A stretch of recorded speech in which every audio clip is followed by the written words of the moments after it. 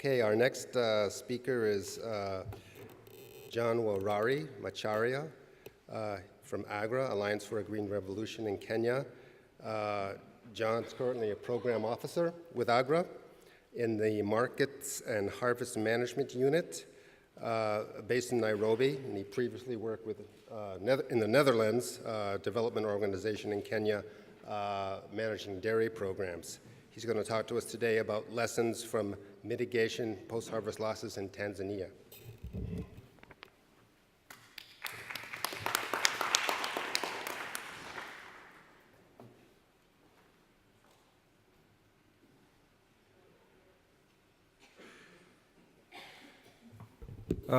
Good afternoon, everyone.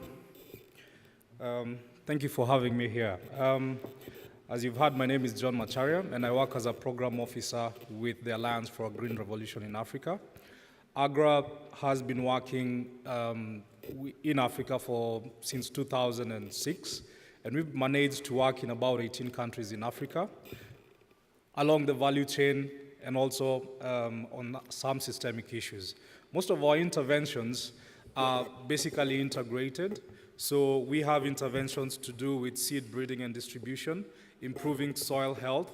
We have interventions to help improve access to finance. We have interventions on markets and post-harvest issues, and also trying to also build the capacity of farm organizations. This is probably going to be a very short presentation because you probably had half of it yesterday when CD was talking. We have been partners with the Rockefeller Foundation and also the Gates Foundation since our inception.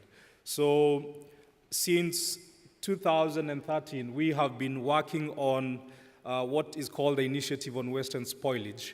And there are quite a number of studies that have been done, but quite briefly, some of the preliminary findings indicate that some of the causes that aggravate Western spoilage in Africa include disjointed farm organizations, limited knowledge of farmers on post-harvest management issues, lack of proper storage technologies and equipment at household level and also at aggregation level, limited access or lack of structured trading systems in most of the African countries, limited access to affordable finance, and lastly, unfavorable policies. What we mean by unfavorable policies is that some of the technologies that have been discussed here and quite extensively are not necessarily readily available in most countries, sometimes due to levies and duty issues that probably we need to engage government to tackle. So focusing and zeroing in on Tanzania, out of all the studies that were conducted, we decided to do some on-the-ground truthing to try and see what had been generated was actually true on the ground. But we had a specific focus on trying to establish the motivations and incentives that would actually drive different actors to take up post-harvest solutions. At the time, when we started work in Tanzania, Tanzania was going through a bumper harvest. For those of you who know the area, for the last 3 years, Tanzania had had a very good harvest, and particularly in 2004, the harvest was estimated at about 14 million metric tons against consumption of about 12 million metric tons. But right about the same period, there had been an embargo or a ban on trade exports. So literally you are looking at a potential loss of 2 million metric tons. But to aggravate the situation, we did an analysis based on findings that different partners who actually are here had done, and we found that the whole country had about 329 storage facilities. 228 of those were owned by government, private sector owned 75 of those, and cooperatives owned 15 of those. However, most of the storage facilities were below 400 metric tons. Only and of the ones that were actually available, only 31% of those were operational. So looking at a potential loss of about 2 million metric tons, the Food Reserve Agency is only able to do 241 tons. You're actually looking at lack of storage for about 1.9 million metric tons. right? And that was really huge and staggering, and it got us thinking, what do we need to do? So in terms of what was happening with the 1.9 million metric tons, this is how it was being stored. If you can actually count the stacks, there are probably 10 stacks on either side. You can see it's clearly raining. There's basically tarpaulins covering a lot of grain. Now the tarp has been removed, and you can actually see what's going on. So if you can look at, I think this is to the left, there's actually grain that has come in contact with water, and it's actually beginning, to rot. Down here, this is grain that is actually rotting. On the left there, that's the farmer storage situation that we are being faced with. In Kiswahili, it's called kihenge. It's basically woven bits of timber here and there, but it doesn't have a shelter. So you can imagine the situation that the farmers and other aggregators were facing. There's actually a video on this, but this was live infestation that we got from some of the bugs. You can actually see that there's a hole that has been poked there, and this is what we were getting. And to try and begin to solve the problem, we went out and collected some baseline information to see really what are the motivations, what are the incentives, what are people thinking about post-harvest, what do they know? Are they aware of different ways of storage? Is it an issue of planning so that you know that I'm going to have an excess harvest, so I probably need to buy, or I actually don't know about harvest and things like that? And some of the baseline information we are able to collect is as follows. So in terms of perception of where post-harvest loss is happening, about 81% of the people we interviewed actually say that their biggest issue is storage, right? 68% of the people actually indicated that, the methods that they actually have to harvest grain is a problem for most of them, and that this speaks to issues to do with mechanization. The previous presenter talked about threshing and shelling facilities. They're not necessarily readily available in all situations.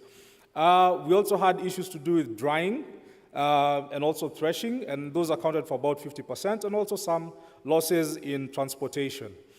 When asked what really is the source of loss, most people actually mentioned weevils and rats, and the percentages were relatively high.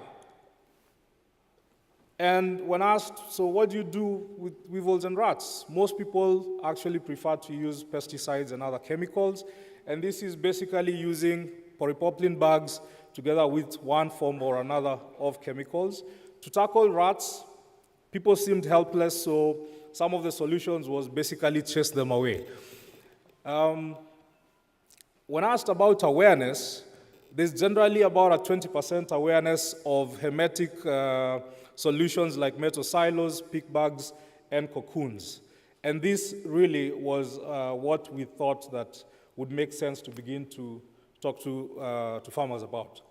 So again, when asked what are the major factors, 5 factors that farmers think about in terms of the kind of technology they would want, most people say that they would like a product or a technology that is of good quality. Good quality in this sense meant efficacy. It means that it does what it says it should do. Durability here meant length of time.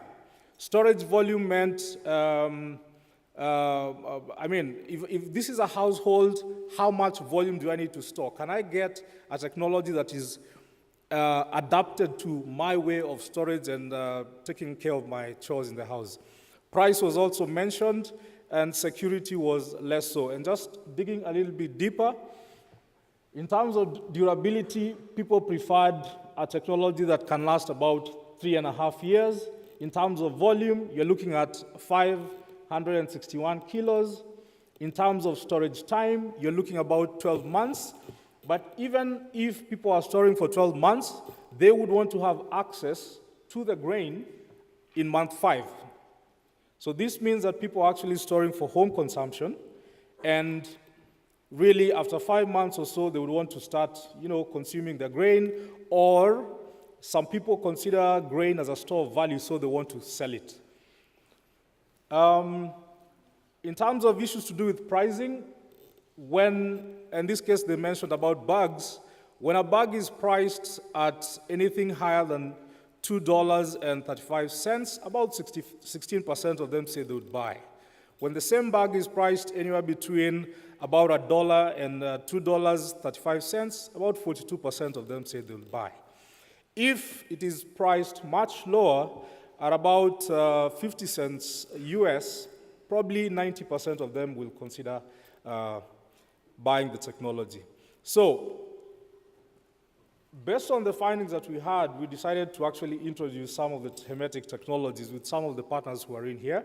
And I know these technologies have been spoken about here extensively. So you have hermetic cocoons, you have pig bags, and you have metal silos.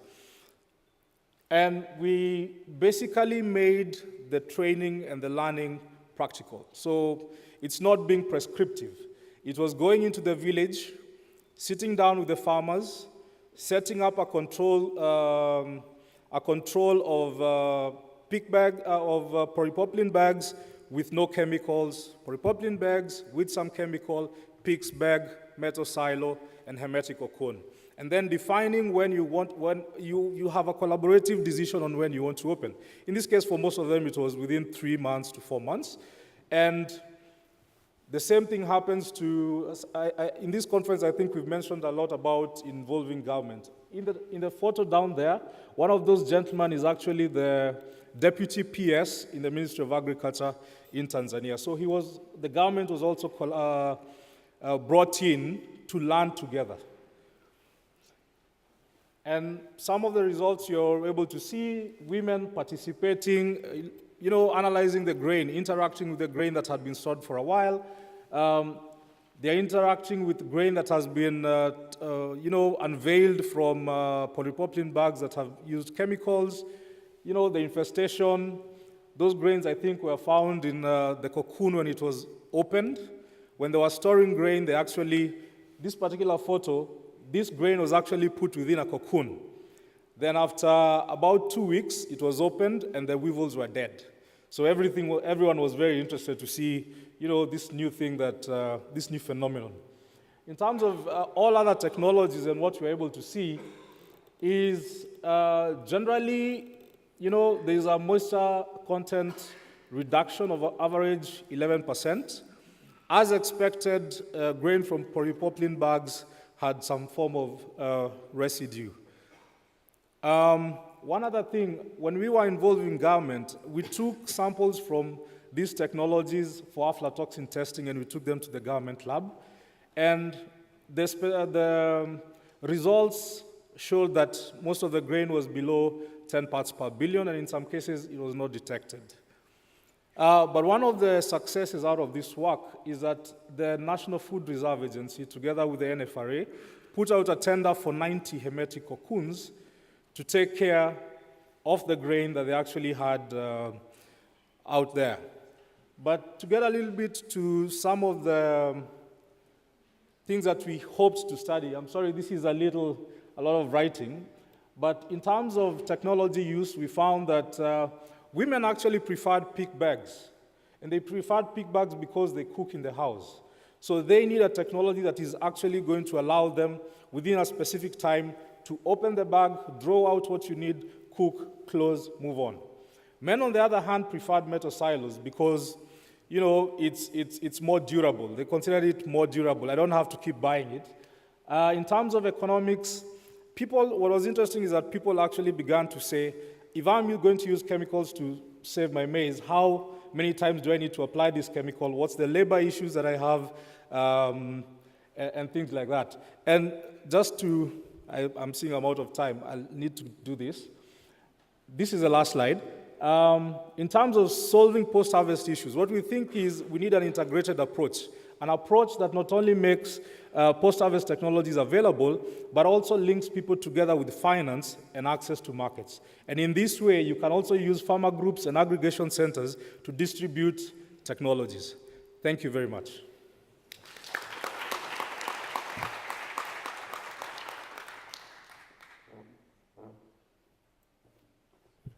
Okay, your time is good, so we still have, we have a minute here for questions.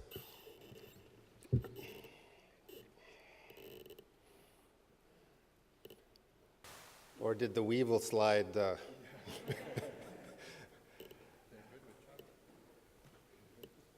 You lost your appetite for questions. Is it me? Okay.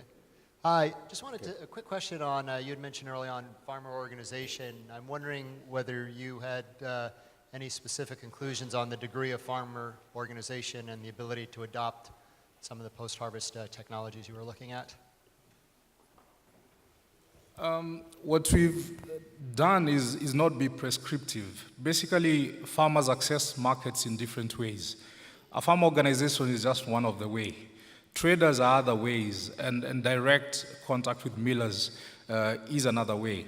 But what we strove to do is to find out motivations that each aggregation mode would want to see to help them adopt these kinds of technology.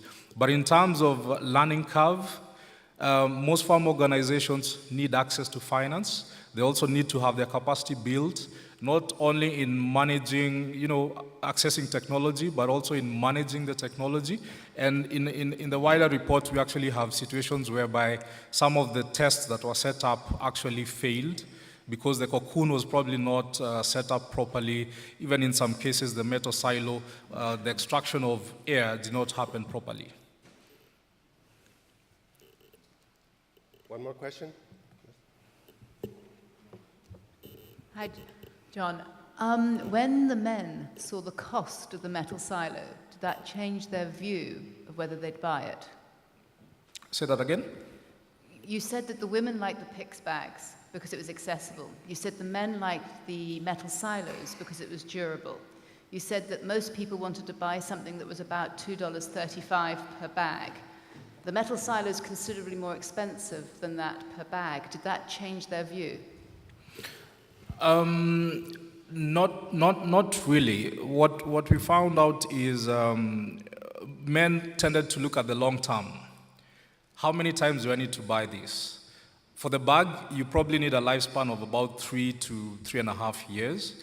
But for a silo, it's good for about 20 years. And I think the 500 kilo silo is about $80. So in terms of value for money, men basically said, I'm better off buying a metal silo. But then the complexity was, for you to store it, you probably need to bring down some walls in the house. So women again pushed back that, no, I don't want you to start breaking walls in my house and things like that.